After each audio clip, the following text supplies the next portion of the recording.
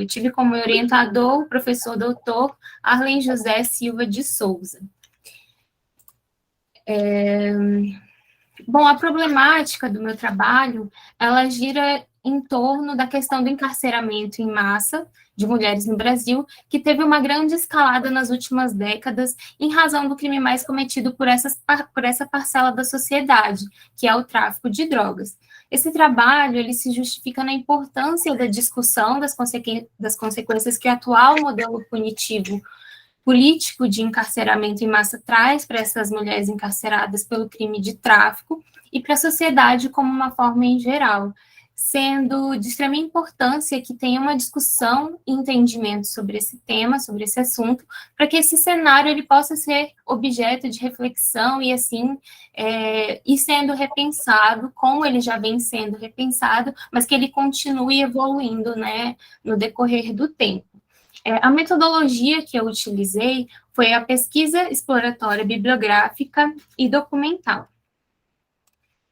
O meu trabalho, a estrutura dele se divide da seguinte forma: introdução, no primeiro capítulo eu falo sobre o tráfico de drogas, no segundo capítulo sobre o símbolo mulher e a criminalidade, no terceiro capítulo eu trago a política penitenciária brasileira e o encarceramento em massa, e no quarto capítulo, o encarceramento feminino pelo tráfico de drogas no Brasil, após a conclusão. Inicialmente, eu vou abordar a emergência do tráfico de drogas como um problema global. Sabe-se que a origem do consumo de drogas pela humanidade, ela tem uma origem bem remota, né? Existem registros do uso de drogas há 3.000 anos antes de Cristo, na antiga Mesopotâmia, em papiros que foram lá encontrados. Entretanto, o início da preocupação das sociedades com relação à problemática das drogas, ela é muito recente. Ela remonta da década de 50 do século passado. E começou-se a se preocupar com essa questão quando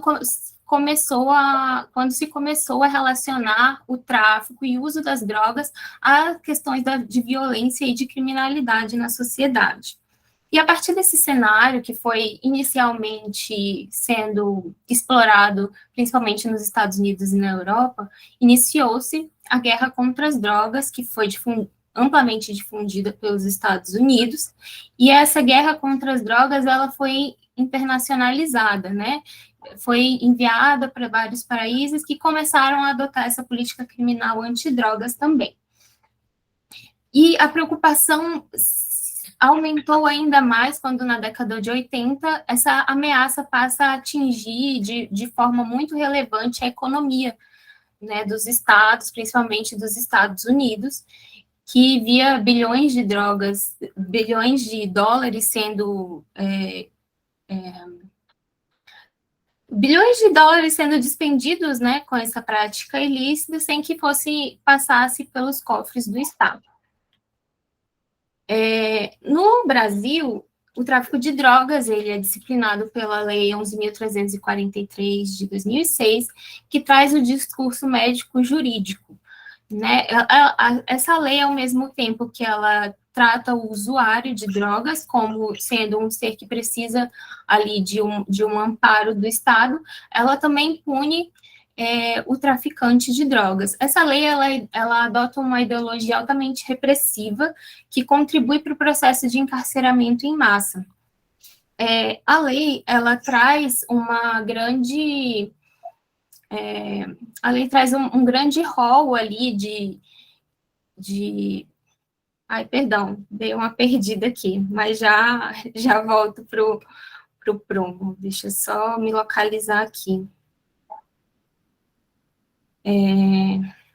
Enfim, essa lei ela traz uma extensa pluralidade de condutas nucleares que submete ao controle penal todas essas atividades que são ligadas ao tráfico, desde os atos preparatórios ali da droga até a comercialização. E ela emprega a essas condutas uma pena muito alta, que vai de 5 a 15 anos de prisão, e essa pena por si só, ela já contribui para o encarceramento em massa, porque ela, em razão da sua quantidade, né, do seu quantitativo de pena, ela inviabiliza a substituição de penas privativas de liberdade por penas restritivas de direito, o que culmina no encarceramento em massa. No próximo tópico, eu quis trazer uma abordagem semiótica sobre a mulher, né? O signo mulher, o simbolismo feminino a partir da teoria semiótica. A denominação semiótica, ela vem da raiz grega semeion, que quer dizer signo, e é uma ciência definida como ciência dos signos e dos significados, que aborda as mais diversas formas de linguagens utilizadas pelos seres humanos, as linguagens verbais, não verbais, todas as formas de linguagem que o ser humano utiliza para se comunicar e para empregar significado às coisas. Ou seja, essa teoria, ela prega que todos os fenômenos e construções culturais existentes hoje na humanidade, eles só ocorrem através dos significados criados por nós humanos. E puxando por esse gancho, nós podemos concluir que a construção simbólica da mulher e como ela é encarada pela sociedade é fruto de todos os símbolos que foram sendo atribuídos a elas durante a história, durante todos os séculos e milênios da história da humanidade. E nesse mundo construído de signos e por signos, a gente pode constatar que esses instrumentos, eles têm sido utilizados como uma forma de instaurar e também de manter sistemas de opressões e de discriminações. Assim, a mulher ela foi sendo construída ao longo da história como sendo um ser inferior ao homem. E toda essa construção simbólica da mulher, em razão do seu ser feminino, ele foi delimitado a determinados papéis nas sociedades de subjugação. E no que eu quis chegar com essa discussão?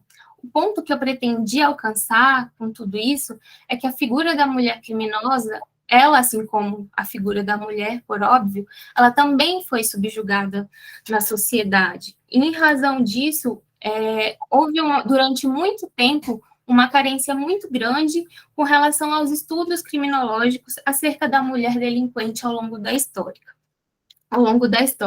O que nós víamos eram teorias criminológicas, estudos que se encaixavam à realidade masculina, mas que não traziam a realidade feminina para o centro de discussão. Isso só começou a mudar a partir do surgimento na década de 1960 das teorias criminológicas feministas. Antes já havia um movimento que estudava, que tentava inserir a realidade da mulher, mas não tinha tanto sucesso. E a partir dessas teorias feministas, foi possível começar a se enxergar o ser feminino. Nesse próximo tópico, eu trouxe a discussão da política penitenciária brasileira. Qual é o modelo que nós temos atualmente no Brasil? Nós temos um modelo de encarceramento como um instrumento de controle social, e o Brasil ele adota a teoria mista da pena, que traz a pena com caráter retributivo e preventivo. No entanto, o que nós vemos é que a questão do caráter preventivo, que visa reintegrar e ressocializar aquele que delinque, ela esbarra na realidade que nós encontramos na maior parte, não é total, mas na maior parte do sistema carcerário brasileiro. E essa realidade, ela implica e impossibilita a aplicação de vários ideais que são expressos na nossa legislação, esses ideais que a legislação traz como ideais garantidores. No tocante à mulher encarcerada e o tráfico de drogas, nós observamos que houve, principalmente nas últimas 2 décadas, uma grande crescente na expansão do tráfico de drogas a nível mundial e, consequentemente, isso também culminou na expansão da prática do delito praticado por mulheres. Nós visualizamos que, nessas últimas décadas, o narcotráfico ele se organizou de uma forma muito, muito bem organizada, pode-se assim dizer, em que foi estabelecida foram sendo estabelecidas estruturas hierárquicas dentro dessas organizações criminosas, e o que se observou através dos estudos, é que o papel da mulher nessa hierarquia, ele, na grande maioria das vezes, ele está ali na base.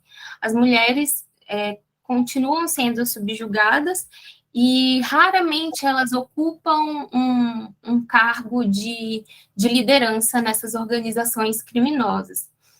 Ou seja, há um papel subsidiário que é desempenhado pelas mulheres envolvidas com o tráfico. Elas geralmente são condenadas, são encarceradas pela prática atuam como mulas, né, levando droga para dentro dos presídios, para outros estados, para outras cidades, para outros países. E também, muitas vezes, isso eu pude constatar tanto na minha experiência com o trabalho, tanto quanto nos estudos, que muitas das vezes, muitas mulheres, elas ingressam nesse mercado do tráfico por influência dos seus esposos, né? E a partir de todo esse contexto, também é importante trazer a situação e o perfil da mulher encarcerada no Brasil. O que a gente verifica é que há uma falta de estrutura que atenda às particularidades femininas no sistema carcerário como um todo, deixa-se de atender muitas vezes a questão dos direitos conferidos às grávidas e lactantes, todos esses direitos que não se amodam ao masculino, mas se amodam ao feminino. E aí a gente esbarra naquela questão, novamente, de que o sistema penitenciário ele é pensado por homens e para homens. O que a gente verifica, através do último Infopem Mulheres, o último relatório que foi feito com relação às mulheres, a esse estudo de gênero, que foi o de 2018, é que em 2018 a população carcerária feminina, ela tinha um quantitativo de 42.355 mulheres, o que é um quantitativo baixo quando comparado à realidade masculina, mas que quando a gente analisa nos últimos 20 anos, nós verificamos que houve um crescimento de mais de 600% nessa quantidade de mulheres presas. A gente verifica que houve um déficit de 15.326 vagas. Com relação ao perfil dessas mulheres, verifica-se que 50% delas possuem entre 18 e 29 anos, ou seja, são mulheres jovens.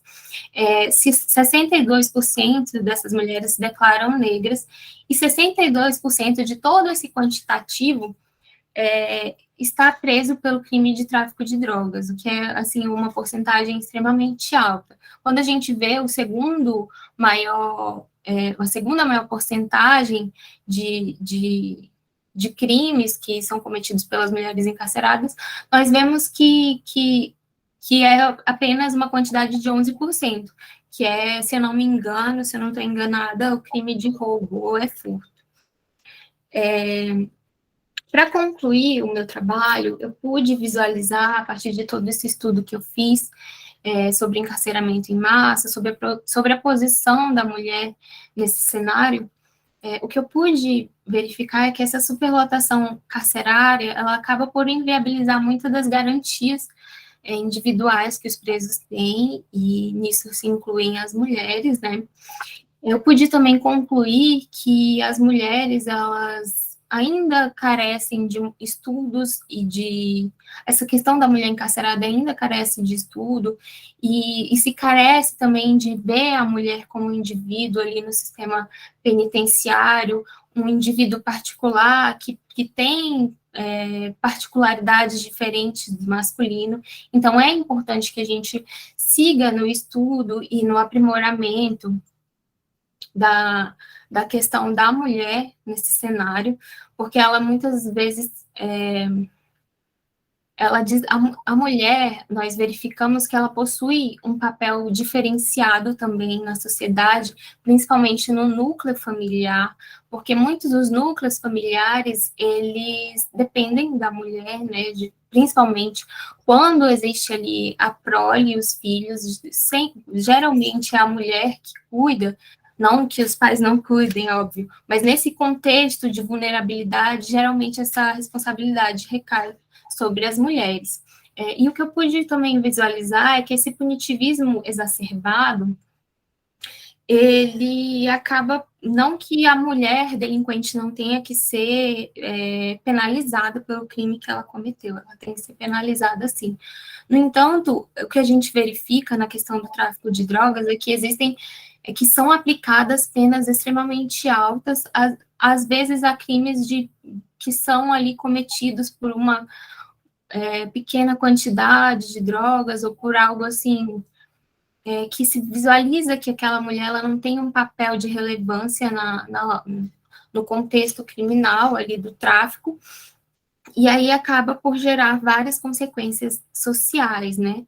E esse encarceramento feminino, e principalmente o encarceramento em massa, ele tolhe muitos dos direitos e traz muitas consequências negativas para nossa sociedade. Bem, isso era o que eu tinha para falar. Agradeço a atenção de todos os membros da banca e de todos que estão aqui assistindo o meu trabalho e me coloco à disposição para eventuais perguntas e esclarecimentos. Parabéns, Carol. Muito obrigado. Professora Ilma, por favor.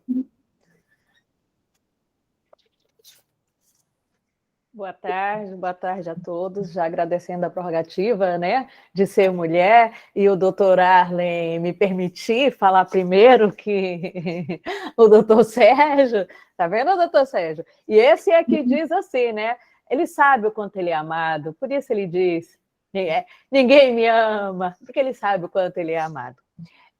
Carol, parabéns pelo trabalho, doutor Arlen, parabéns pela orientação, né? Já também trago aqui uma reflexão. Toda discussão sobre mulher, ela é sempre muito importante e muito atual. Ser mulher, ainda no contexto social, né, em pleno 2022, ainda é algo difícil. E sendo a mulher, né, envolvida diretamente, ainda que subjugada, ainda que não exerça cargos, ainda que exerça, né, funções irrelevantes, é uma prova ainda, né, do perfil destemido dessas mulheres. Eu não consigo enxergar, né, o papel dessas mulheres sem associar à família, à prole, aos filhos, a tudo isso que você trouxe. Mas os dados apresentados, ainda que de 2018, eles são muito preocupantes, muito preocupantes mesmo, né? Porque se nós temos 42.355, né, mulheres encarceradas, isso é um índice altíssimo, considerando, como você mesmo apresentou, o papel dessas mulheres, né, nesses espaços e contextos onde elas estão inseridas. Uma outra coisa também que traz essa violência e demonstra toda essa questão, né, de desigualdade e das penalidades também, termos 62% de mulheres negras, né? É um outro dado bastante importante. Assim, eu não tenho perguntas, eu gostaria só de fazer uma sugestão. Quando você trata de semiótica e você traz a questão da violência simbólica, eu só sugiro trazer um pouco do seu trabalho uma questão conceitual, né, da violência simbólica. Eu acho que, e assim, isso é coisa para você pensar com o seu orientador, mas assim, uma coisa bem simples, né, porque a gente tem que pensar isso no conceito e na prática, trazer um pouquinho da violência simbólica, né, apresentada por Pierre Bourdieu. É só mesmo para ter a base conceitual do que é a violência simbólica no contexto social. Entendeu? Então, assim, é uma sugestão para você verificar com o seu orientador, e é apenas uma sugestão mesmo, e não tenho perguntas. Só parabenizo e agradeço pela oportunidade. Obrigada, professora. Muito obrigada. Muito obrigado, professora Ilma, professor doutor Sérgio William, professora doutora Ilma, e professor doutor Sérgio William. Eu posso esquecer a liturgia. Essa história de ser amigo, a gente acaba passando os pés pelas mãos, me perdoe, viu? Por favor, professor doutor Sérgio William. Estamos todos em casa, né? Bom demais. Bom, em lugar de agradecer o convite para participar da banca, né? Uma honra para mim. Parabenizar a Ana Carolina pelo trabalho feito, pela dedicação, pelo empenho. Parabenizar também ao trabalho do orientador, né? Porque se vê uma sequência lógica, coerente. Então, é o que a gente sempre diz, né? A tragédia de um trabalho também é responsabilidade do professor. E o êxito do trabalho, sem dúvida, né? O esforço é muito maior do aluno, a gente sabe disso. Mas o professor é importante também nesse caminho, até para, né, dar os encaminhamentos devidos. Eu achei bastante interessante o trabalho. Acho que o seu trabalho traz um ponto que eu acho que é relevante. Ele nos suscita vários questionamentos. Uhum. Então, a partir do seu trabalho, eu poderia pesquisar vários temas muito interessantes, né? Você falou sobre signo mulher, que é um ponto muito importante hoje, a discussão vou dizer introdução, né? Mas do progresso da atuação feminina no mundo do crime. E talvez o seu trabalho pudesse, a partir do seu trabalho, você poderia fazer outros com relevância importante, por exemplo, nessa ideia de que a mulher, se você chega a estar no seu trabalho, né? Na maioria das vezes, a mulher tinha aquela ideia de envolver-se no crime por conta do marido. Mas hoje já tem até, né, outras posições demonstrando que a mulher escolhe livremente. Da mesma forma que o homem faz opção pelo crime, muitas mulheres também estão fazendo, não só no tráfico, roubo, homicídio, né, em várias outras formas de delinquir. Mas você foca nesse ponto, achei interessante. Eu não vi no seu trabalho, mas também não era o objetivo dele, mas como você comentou a questão de mulher criminosa, né? Uhum. Eu achei interessante a ideia da semiótica também, eu não conheço, né? Até aprendi com o seu trabalho, isso foi muito bom também. Mas até me suscitou curiosidade de procurar acho que quem primeiro escreveu sobre mulher criminosa, né? O Lombroso, lá atrás, quando escreve O Homem Delinquente, ele faz uma obra também junto com outro autor e fala sobre a mulher delinquente. Sim. Eu achei curioso que ele cita a mulher normal, que é a mulher virtuosa, como se, né, nós pudéssemos dissociar também. Nós aqui somos virtuosas, as mulheres, os homens, aqui são os degenerados, né? E o criminoso é o degenerado, segundo o Lombroso. E ele faz duas diversificações de degeneração, que eu achei interessante, né? A degeneração da prostituta, que também para ele seria uma delinquente, só que aí seria muito mais ligada ao alcoolismo, ao desejo sexual e à prática de pequenos desvios, pequenos delitos. Já a mulher criminosa, também degenerada, essa sim, essa ele carrega na tinta, viu? Porque põe como menos inteligente do que o homem, inferior ao homem, só que sente muito mais dor, mais cruel, mais vingativa e mais invejosa. E quando se envereda no crime, elas acabam sendo mais perigosas, né? Por essas características negativas dela. Eu acho que é interessante essa discussão, até numa abordagem futura, num trabalho que você possa complementar, fazer essas comparações, né, você fez, inclusive, aqui, quando você trata, né, as teorias crinológicas, a demonização Isso. da mulher, que é uma coisa legal, né? Legal não, né? Legal saber que existe. Uhum. Mas assim, é muito curioso. Essas teorias crinológicas positivistas que foram, principalmente do Lombroso, né? Lombroso, Antes a ideia da bruxa, né? A mulher era a perversão do homem, o homem virtuoso e a mulher, né, a serpente, né, que desvirtuava o homem. E as teorias criminológicas feministas, essa aqui que eu queria que você me esclarecesse um pouco, porque apesar de ler o seu trabalho, eu não compreendi bem. Então, a única pergunta que eu vou fazer no seu trabalho seria sobre a parte de criminologia feminista. Mas, como professor também, né? A gente conversa muito sobre isso. Essa ideia de superencarceramento, ela tem assim, ela tem que ter uma abordagem muito bem definida, porque dá a ideia de que se prende demais desnecessariamente, quando eu falo de encarceramento em massa. Será que as sanções são desnecessárias? Né? Uma discussão que tem que ser feita, e no seu trabalho isso é pertinente também, você deixa isso subentendido. Eu entendo, por exemplo, que a questão do tráfico de entorpecente, a política criminal para o tráfico, você deixa isso transparecer, é bastante equivocada, porque ela não serve para combate.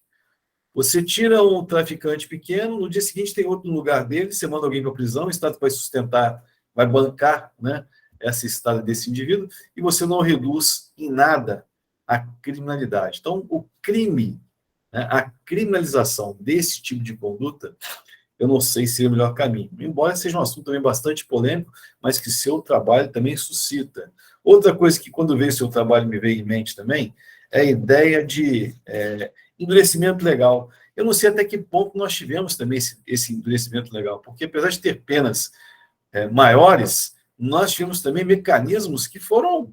Né? Você tem aí hoje medidas cautelares diversas da prisão, para evitar a prisão processual.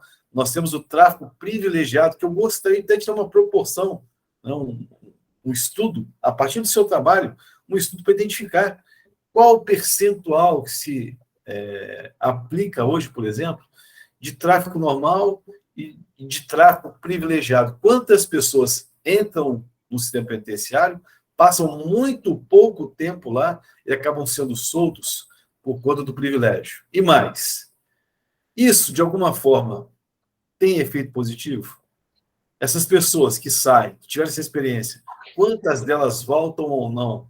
Não são, para você, quantas perguntas eu posso extrair desse estudo que você apresentou aqui? Então, só te parabenizo, achei muito interessante, mas gostaria de ouvi-la só a respeito dessa questão das teorias criminológicas femininas. Só isso. Então, essas teorias feministas, elas foram começando a ser estudadas a partir da década de 1960, né, em que, incentivada ali pela questão do feminismo que vinha crescendo, elas começaram a ser estudadas. E através dessas teorias foi possível adequar aquelas principais teorias criminológicas que nós já tínhamos estabelecidas para os homens, para o contexto feminino. É um tipo essas teorias, elas foram, pelo que eu pude entender da minha pesquisa, de todo o meu estudo, foi que elas começaram a tratar a mulher como um ser ali que precisava ser enxergado pelos estudos para que essas discussões pudessem ser iniciadas, e esse foi o entendimento que eu tive. E elas foram importantes também para demonstrar o papel da mulher nessa cadeia, né? Porque antes nós não tínhamos a questão dos índices de encarceramento de mulheres. As mulheres geralmente não eram encarceradas, muitas vezes se passava uma espécie de mão na cabeça ali de muitas mulheres. Então, isso deixava com que não se tivesse uma real...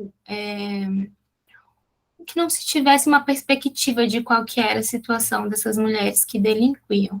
Então, a partir desses estudos em que começou a se discutir sobre as teorias feministas, a gente pôde começar a visualizar a mulher como um ser ali que precisava também ser estudado a partir dessa perspectiva do encarceramento. Eu não sei se eu fui muito clara, eu não sei se eu estou um pouco nervosa, eu não sei se eu consegui responder bem a sua pergunta, mas... Eu acho que é mais ou menos, eu acho não, é mais ou menos nesse sentido. Assim. Não, eu concordo. Eu acho que o empoderamento feminino retira a mulher daquela ideia de lar, né, de ser a mãe educadora, coloca também ela fora do ambiente privado para ocupar espaço no público, e ocupando espaço no público, né, ela atinge as ruas, empoderada, logicamente, ela também vai atuar num outro mecanismo, que é o mecanismo criminoso. Né? Uhum. Esse aumento de prisão de mulheres é decorrente também dessa expansão, né, do poder feminino, de maior alcance, de liberdade de ação e de escolha. Uhum. Com relação às suas sugestões, eu tenho a pretensão de continuar nessa mesma linha de pesquisa, é uma linha que eu gosto muito de pesquisar, de estudar, então eu vou com certeza considerar todas essas suas sugestões para que num trabalho futuro eu possa utilizar dessas temáticas que o senhor me sugeriu. Muito obrigada. Parabéns. Obrigado. Obrigado, professor Sérgio, professora Ilma. Muito obrigado, Carol. Eu, como orientador, lógico que tudo a quatro mãos. A Carol já está comigo já tem um tempão, desde a graduação, estudou com a gente lá na pós, foi do meu grupo de pesquisa, e a gente trabalhava muito sobre isso. Inclusive, a gente tem outros trabalhos de conclusão de curso falando de semiótica, né? Falando especialmente desse símbolo mulher. Nessa postura que a gente acaba colocando, especialmente no trabalho da Carol, algumas coisas precisam ser pontuadas, né? Tão somente no sentido de o que a gente quis trazer. A primeira delas é a história Eu tenho dificuldade com encarceramento em massa com o termo, como o Sérgio muito bem sabe. A gente discute muito isso e gosto muito mais do superencarceramento, porque a gente tem déficit de vaga. Se a gente encarcerasse em massa, nós estamos transformados no Chile do Pinochet, que botou as pessoas dentro do estádio olímpico e depois ficava selecionando quem matava e quem ficava vivo. Não é bem assim. Mas a lei de drogas acaba trazendo para a gente esse panorama. E outra questão importante é a questão etnográfica, né?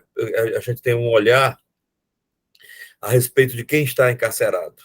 E o Brasil, efetivamente, nós temos os pretos e os pardos como uma cor só, né? E isso traz dificuldades enormes no que diz respeito à questão etnográfica.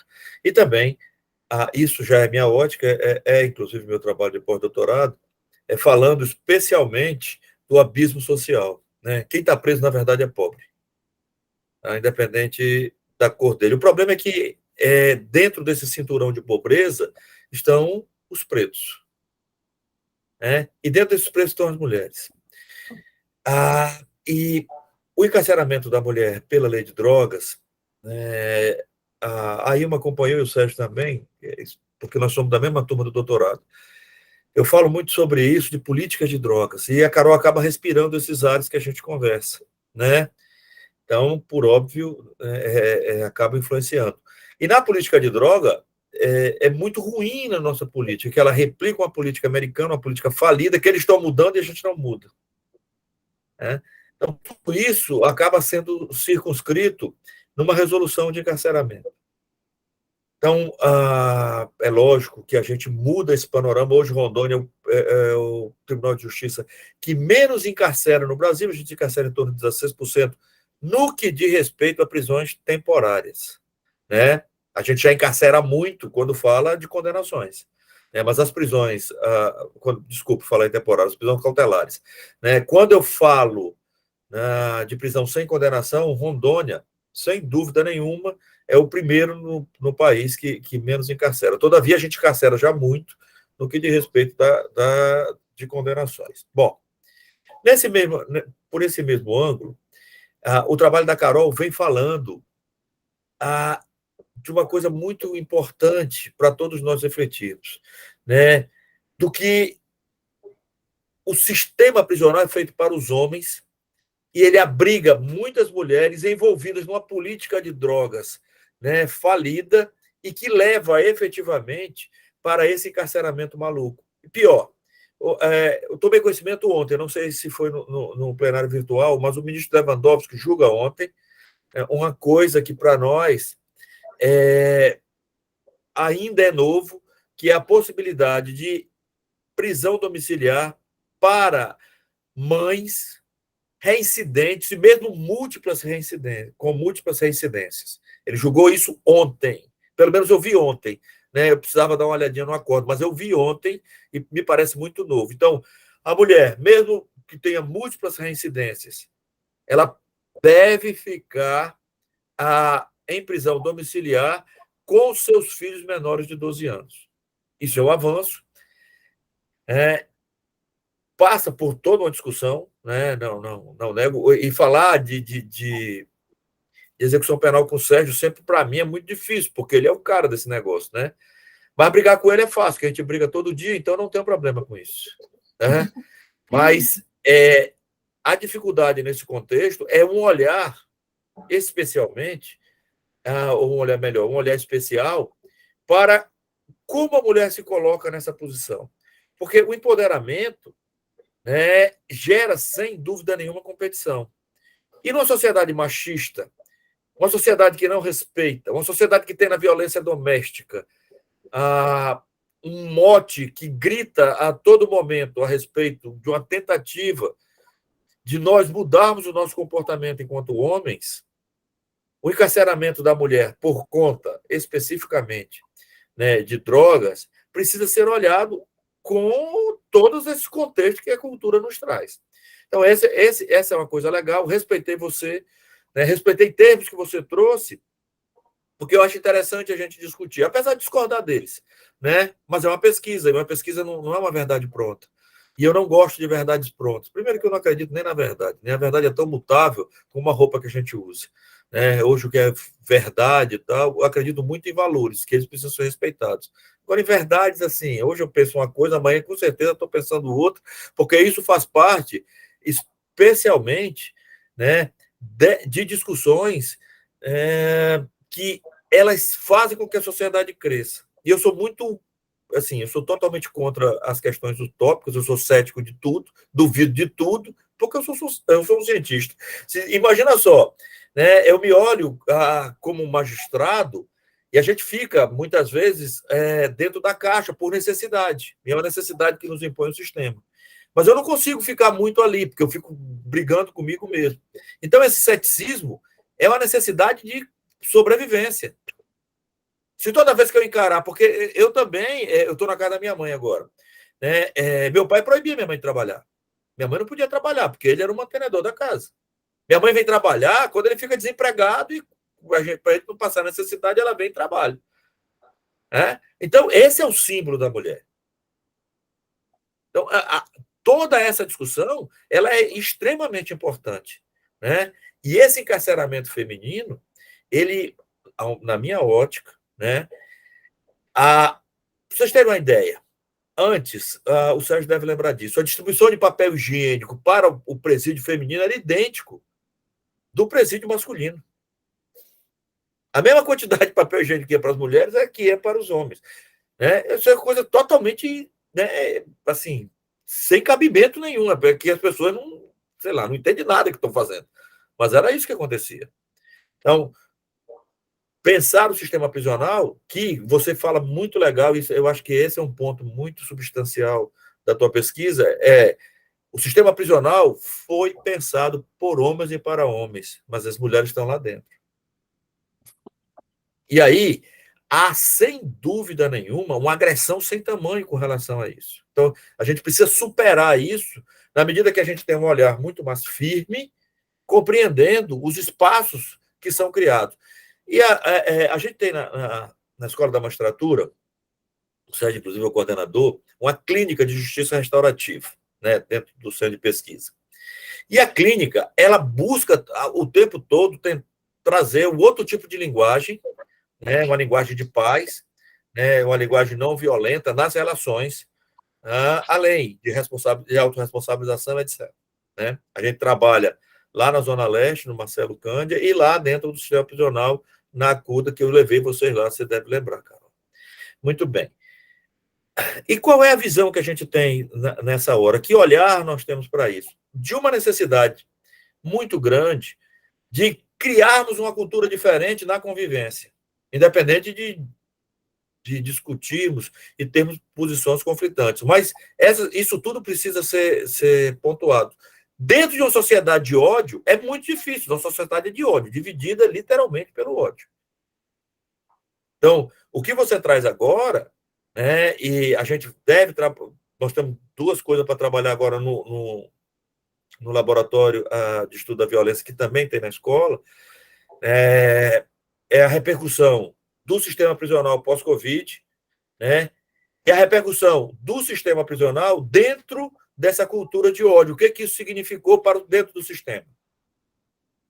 Nós tivemos um lobo solitário, um adolescente de 16 anos, que entra em escolas agora, recentemente, lá no Espírito Santo, né, e faz uma barbaridade. Coisa que a gente só via lá para os americanos, ouvia muito pouco aqui no Brasil. Nós tivemos alguma coisa, um fato similar lá no Paraná, numa creche.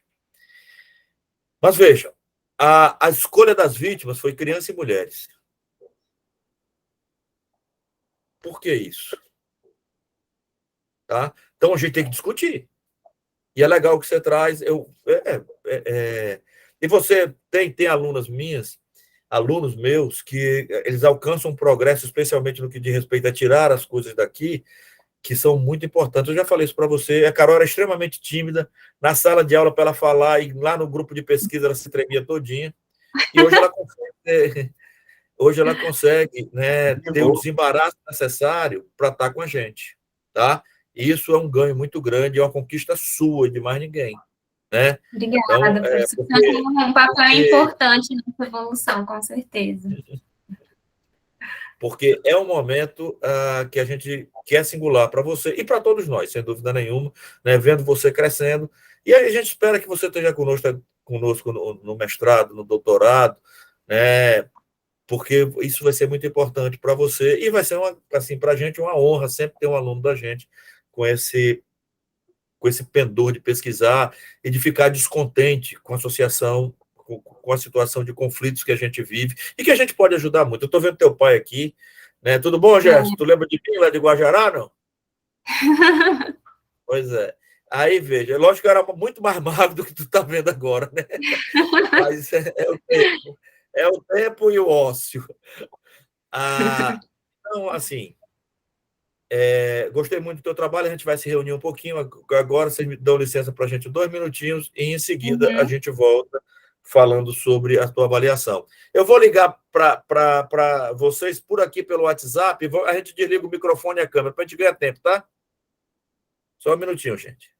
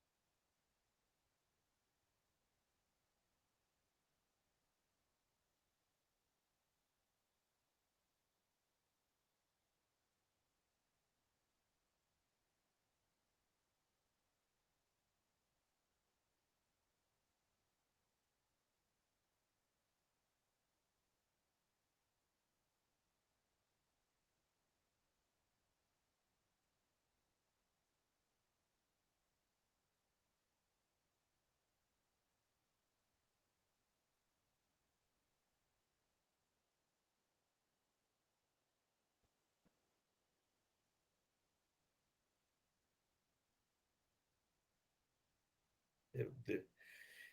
Estão me chamando para outra banca. Eu tenho uma banca agorinha e querem que eu faça duas bancas juntas e não tem condição, tá? Eles estão voltando agora, Carol. Só um minutinho. Tá bom, tranquilo.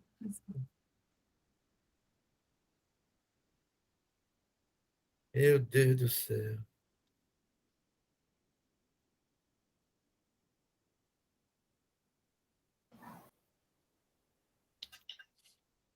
Bom, Carol, nós discutimos, falamos da vida dos outros e chegamos à conclusão que você foi aprovada, tá, amiga? Parabéns, né? Graças a Deus. Vitória para Obrigada. você e para os familiares aí. Eu sei que foi um período difícil, né? Mas você venceu, tá bom? Você venceu. Deus abençoe você, sua família, muita força. E a gente está correndo um pouquinho, que nós vamos entrar em outra sala já, tá bom? Aí Tá toda a ok. parte burocrática, tá? Parte burocrática, você procura a escola para resolver. Tá legal? Tá Tá, ok. Deus te abençoe e fica na paz aí, tá, amigo? Obrigada. Desaprovada com a sem gente. ressalva, né? Importante dizer, sem ressalva. Então, parabéns a você, né, Simone e Obrigada, Thiago. professor. Gerson, um grande abraço, hein? Prazer em vê-lo, viu? Muito Fique com obrigada. Deus. Parabéns, Carol. Obrigada, professora. Eu não dei a palavra para o Sérgio, ele fala demais, tá? Tchau. Tchau, fiquem com Deus. Tchau, tchau. Tchau. Tudo de bom. Vamos sair daqui. Fique com Deus.